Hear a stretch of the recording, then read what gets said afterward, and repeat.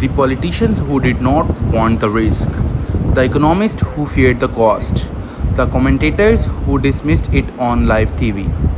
They all said it was just an idea, a dream for the nostalgic, a political fantasy that could never survive the real world. For decades, it was whispered only in think tanks, history clubs, and quiet corners of political conferences. The thought of uniting four distant nations, separated by oceans but bound by something deeper. It sounds romantic, unrealistic, even impossible. And yet, here we go. Behind locked doors, across time zones, leaders have been exchanging secret calls, meetings without press coverage, agreements without official signatures, not yet, at least. Somewhere right now, a diplomat in Ottawa is reviewing a draft. Another in Canberra is crossing outlines in red ink. In Wellington, an aide is preparing briefing notes. And in London, a prime minister's team is asking one dangerous question. What if we actually go through with this? Imagine a world where a Canadian software engineer can wake up in Vancouver, receive a job offer in London by lunch, and board a plane to start a new life without a single visa application. Where a British entrepreneur can open a business branch in Melbourne without facing months of bureaucratic delays. Where goods from New Zealand's farms arrive in British supermarket faster and cheaper because there are no custom bottlenecks, no tariffs, no unnecessary paperwork. This is not science fiction. This is not just wishful thinking. This is CANZUK.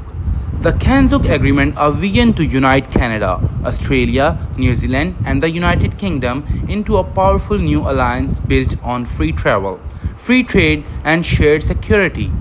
For nations, one common language, similar legal systems, shared democratic values, and a combined history stretching back centuries. On paper, they are already close allies. In reality, they could soon become something far more. Something resembling a borderless union that rivals the European Union in influence, but without its heavy political baggage.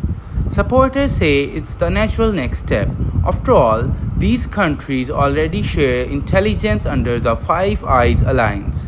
They fight alongside each other in military missions. They trust each other's legal systems. Their citizens visit each other's countries in huge numbers every year.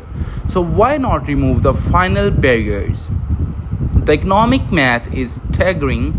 Together, CANZUK would represent over $6 trillion in GDP, making it one of the largest economic blocs in the world. Trade between these countries is already significant, but with tariffs gone and shipping routes prioritized, it could explode in scale. Canadian tech startup could expand to Auckland as easily as to Toronto.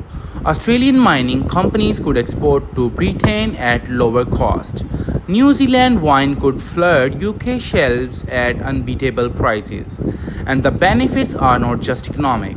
Free movement would mean students from any of the four nations could attend universities anywhere in the bloc at domestic tuition rates, making higher education more accessible and international. Families divided by geography could reunite without the stress of immigration paperwork. Skilled workers could move wherever opportunities are strongest. Retirees could choose to spend their golden years in any of the member countries without fear of losing residency rights. Phase 1 of the proposed deal, according to leaked documents, focuses on mutual recognition of professional qualifications, streamlined work permits, and reduced tariffs on key industries like agriculture, renewable energy, and technology. If that phase works, phase 2 would open the doors fully, complete freedom of movement and full elimination of trade barriers. But here's the twist, this is not just about economics or lifestyle. The geopolitical stakes are enormous. The world is shifting. China's influence is expanding in the Pacific. Russia's presence in global energy markets remains unpredictable. The US is turning inward in certain trade areas. In such a world, CANZUK could be more than an economic bloc. It could be a strategic defense and security alliance stretching from the Arctic to the South Pacific. For nations with advanced militaries, shared intelligence system, control over key shipping lanes, and a combined diplomatic voice strong enough to influence the United Nations and global trade organizations. Critics warn of challenges. Immigration policies differ, labor laws vary, economic structures are not identical. There will be domestic opposition in each country from groups worried about job competition, housing demand, or the loss of nation control over immigration. But history has shown that when these four nations work together, the results are powerful. They fought side by side in two world wars. They rebuilt after global recessions. They supported each other during health crises and natural disasters. And now, as talks intensify, there is a sense of inevitability. Diplomats are working overtime. In Ottawa, London, Canberra, and Wellington, teams of advisors and negotiators are burning the midnight oil. Draft agreements are being passed back and forth across time zones. Every clause, every word, every comma is being examined because one wrong detail could collapse years of preparation. In political circles, the stakes are crystal clear. Leaders know that a deal like this will define their legacy, but they also know the risk.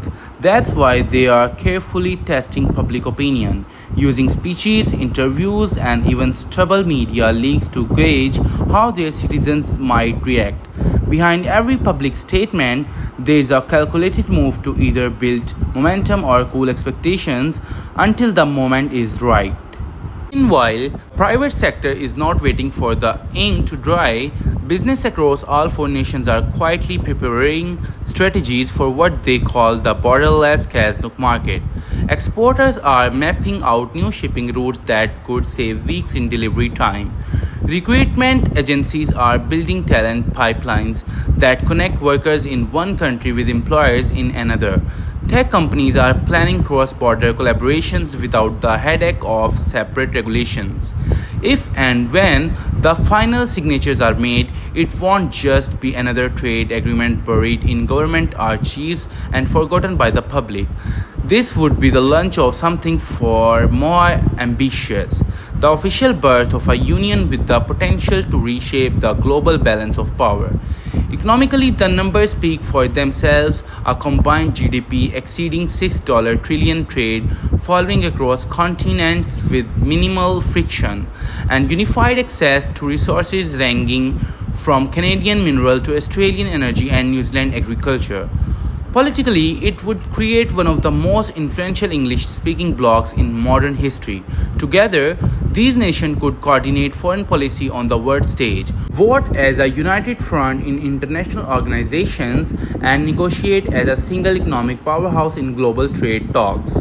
Strategically, CANZUK would stand as a security and defense network spanning half the globe. Military assets, intelligence operations, and maritime patrols could be shared, coordinated, and strengthened under a common framework, giving these nations more reach and resilience than ever before.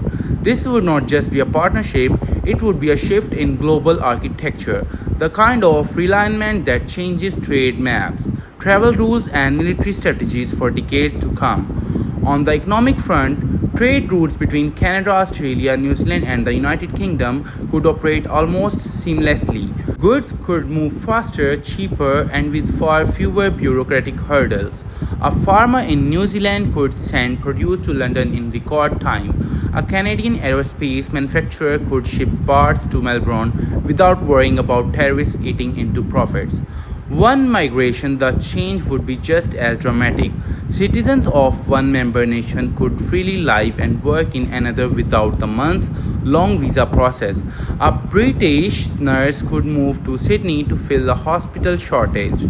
A young New Zealander could take a tech job in Toronto without worrying about work permits. Students could study anywhere within the bloc as easily as choosing a university in their own country. And on security, this alliance could become a unified front in an increasingly unstable world. With a combined military reach stretching from the Arctic Circle to the South Pacific, these four nations could coordinate defense strategies, protect shipping lanes, and respond to global crises faster than ever before. The shared intelligence under the Five Eyes Alliance could be elevated into a more formal, actionable defense pact. But beyond the practical changes, there would be the symbolism, the image the world would see in that historic moment. The cameras flashing, the leaders of four nations standing together, smiling for the press, holding up the signed agreement for all to see. It would send a message far beyond the borders of the CANZUK nations that even in an era of division, political uncertainty, and rising protectionism, deep international cooperation is still possible. And that moment, frozen in photographs and broadcast live to millions, would be remembered not as the day our fantasy came to an end, but as the day the English speaking world stepped closer together. For nations, one vision, a new era, and perhaps the foundation for something even bigger. A partnership that could expand, evolve, and inspire other nations to follow. Disclaimer: this video is based on publicly available reports, expert analysis, and speculative discussion surrounding the potential CANZUK agreement.